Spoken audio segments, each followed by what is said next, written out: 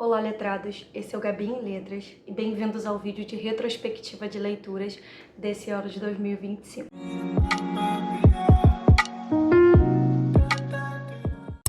Antes de eu começar a falar sobre cada leitura individualmente, que vai ser um comentário mais breve, porque eu pretendo trazer resenhas de algumas dessas leituras aqui para o canal em breve, eu preciso contextualizar um pouquinho sobre como foi o meu ano como um todo, para que vocês entendam tanto as minhas escolhas de leitura, quanto a quantidade de livros que eu li. Em agosto do ano passado, 2024, eu ingressei como professora regente de 2 turmas de uma rede municipal, de um município que não é o que eu vivo, não é onde eu moro, fica a 2 horas de distância daqui. Então eu tinha uma rotina muito corrida, como eu sei que muitos de vocês daí do outro lado também têm.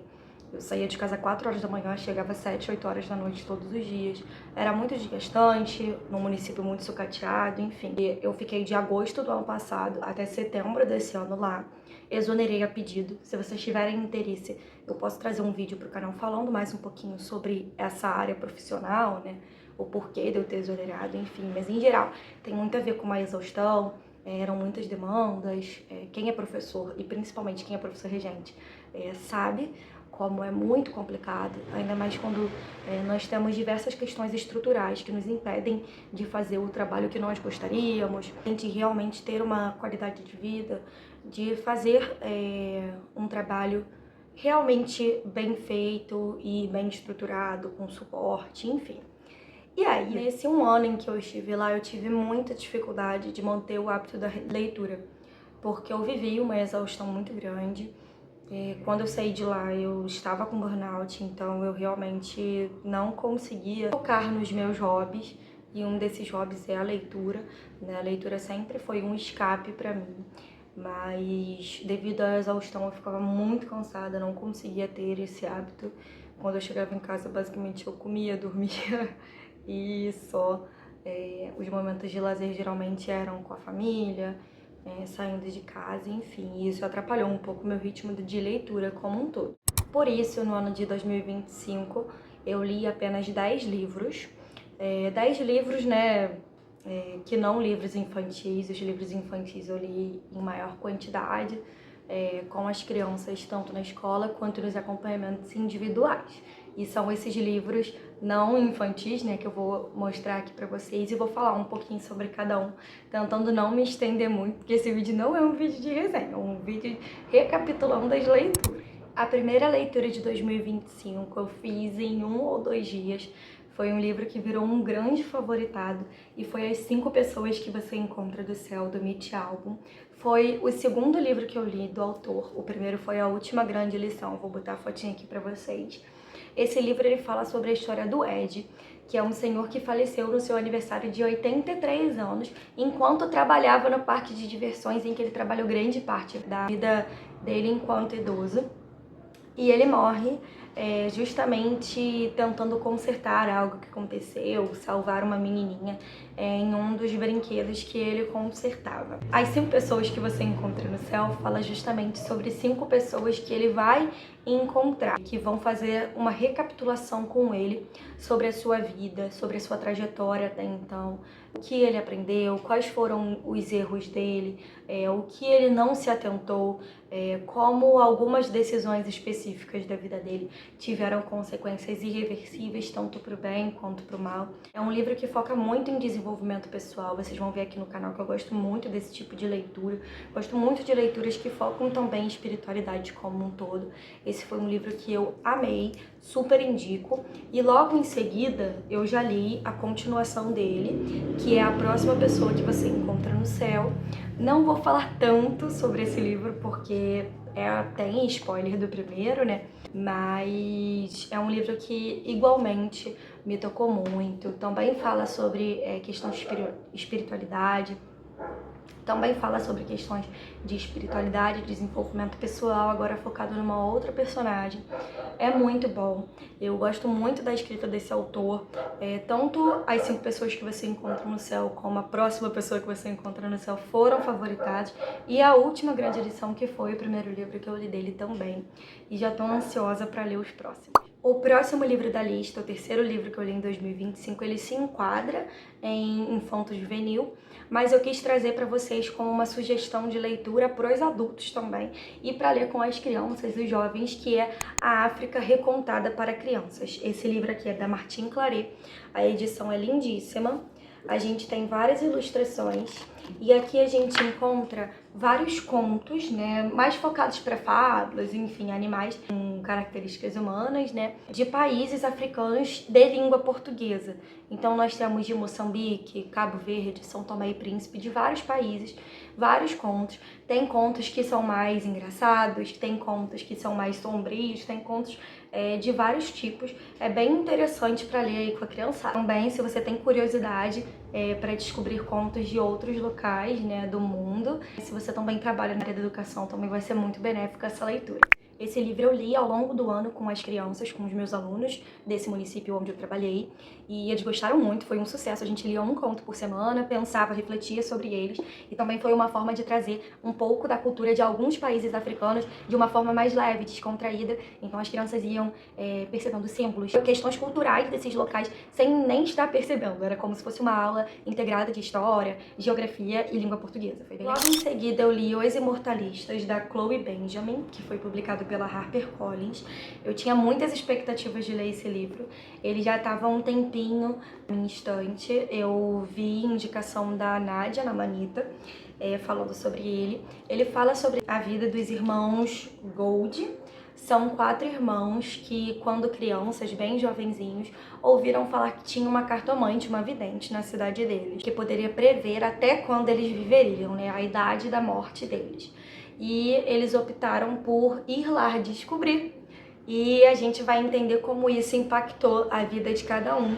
E aí vocês vão precisar ler para vocês verem se realmente se concretiza ou não. Eu gostei do livro, admito que eu esperava mais. Eu achei que a parte de alguns personagens foi muito jogada, não foi tão bem desenvolvido. Então a gente tem divisões por irmãos, né? Temos 4 partes no livro, uma para cada irmão. E eu achei que, se eu não me engano, eu dei 3 estrelas e meia. Esse livro poderia ser mais bem desenvolvido, mas é uma boa leitura de entretenimento e é um livro bem diferente do que eu estava acostumada a ler. Depois eu li A Cor Púrpura, da Alice Walker. Esse livro já é um clássico. Ele vai falar sobre a vida de 2 irmãs, né, que é a Nath e a Sally, que foram separadas enquanto muito novas. A gente pensa sobre violência sobre a mulher, papel da mulher na sociedade, tem representatividade aqui LGBTQIA+, a gente tem representatividade negra, é muito importante para a gente pensar muitas questões importantes. Esse livro ele trata também sobre questão de trabalho missionário em aldeias africanas. Ele tem uma estrutura diferente, que é uma estrutura por cartas. A Sally, que é a principal, ela escreve cartas para Deus. E é bem interessante você ver as marcas de linguagem dessa personagem a partir da escrita, a questão da sua fé, como essa fé é questionada, como essa fé às vezes fica mais forte, às vezes fica mais enfraquecida, como acontece com todos nós, né? Você vê os questionamentos internos da personagem. Eu gostei muito do livro. Ele não foi tão fluido pra mim. Eu acho que talvez até pelo momento em que eu estivesse vivendo, né? Eu estava naquele contexto de trabalho que eu já compartilhei com vocês no início do vídeo. E esse é um livro um pouco mais denso, não é uma leitura fácil, né? Até por ter muitos temas difíceis. Então, eu acho que eu dei 4 estrelas apesar disso, porque é um livro extremamente relevante. E mudou bastante coisa aqui dentro e a forma como eu via muita coisa. Indico pra vocês também o filme, a adaptação é muito boa, a adaptação mais antiga. Eu vou colocar aqui a fotinho pra vocês também e onde tá disponível pra assistir. Depois eu li em leitura coletiva com algumas amigas Dias Perfeitos, do Rafael Monte. Eu gosto muito da escrita do autor. Dele eu já li Jantar Secreto e Uma Família Feliz, que eu não gostei tanto. Um Jantar Secreto eu li em um único dia. A escrita eu achei muito viciante, a história eu achei muito cativante, apesar de muito pesada, mas Uma Família Feliz, por ser mais fluxo de consciência, não gostei tanto do formato da escrita. Descobri o plot twist já no início da leitura, então não me cativou tanto.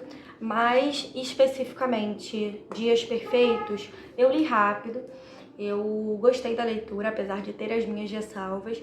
Eu acho que traz realmente a cabeça do né? Então você entende as motivações dele, não que você passe pano, obviamente, não tem como, mas você entende. Isso é algo que eu particularmente gosto em um livro, de entender o por trás, não os fatos pelos fatos, né? Então você consegue ver o crescimento da desregulação emocional desse personagem, você entende para onde as coisas estão caminhando. Essa edição aqui específica eu comprei na Bienal, que é uma edição de colecionador. Ela vem com um final alternativo. Eu particularmente gosto mais do final alternativo do que do final tradicional do livro. Então, se você tiver a oportunidade, eu indico que você leia nessa edição para ter acesso a esses dois finais. Em seguida, também leitura coletiva para dar uma aliviada, porque Dias Perfeitos é uma leitura muito tensa. Nós lemos Uma Vida e Tanto, da Emily Henry. É o único livro que eu li da autora até então. Gostei muito. Admito que tinha um bom tempo que eu não lia livros de romance romântico. E esse aqui me surpreendeu bastante. Eu gostei muito do pano de fundo do livro. Se você gostou de Os Sete Maridos de Evelyn Hugo e Daisy Jones and the Six, é provável que você goste desse livro também. Ele tem um pano de fundo jornalístico. Você descobre um pouquinho sobre a Margaret Ives, que é uma ex-socialite que largou tudo e sumiu e agora está querendo escrever um livro sobre a vida dela. E nós temos os nossos dois protagonistas, que são esses aqui da capa, que é a Alice e o Hayden, que eles vão disputar para ver quem vai escrever essa história. Mas obviamente nós temos muitos segredos por trás, não é spoiler dizer que eles vão ter algum tipo de envolvimento. E ao mesmo tempo é um livro que desenvolve esse romance aos poucos, que é algo que eu particularmente prefiro do que livros com desenvolvimento muito rápido do relacionamento dos personagens, que geralmente não acontece na vida real, né? Agora eu vou colar aqui do meu caderninho e vou botar a capinha aqui pra vocês. Depois eu li Por Toda a Eternidade, da Christine Hanna. Ele é a continuação de Amigas para Sempre, que até virou uma adaptação da Netflix. É um dos meus livros favoritos da vida. Eu adoro esse livro.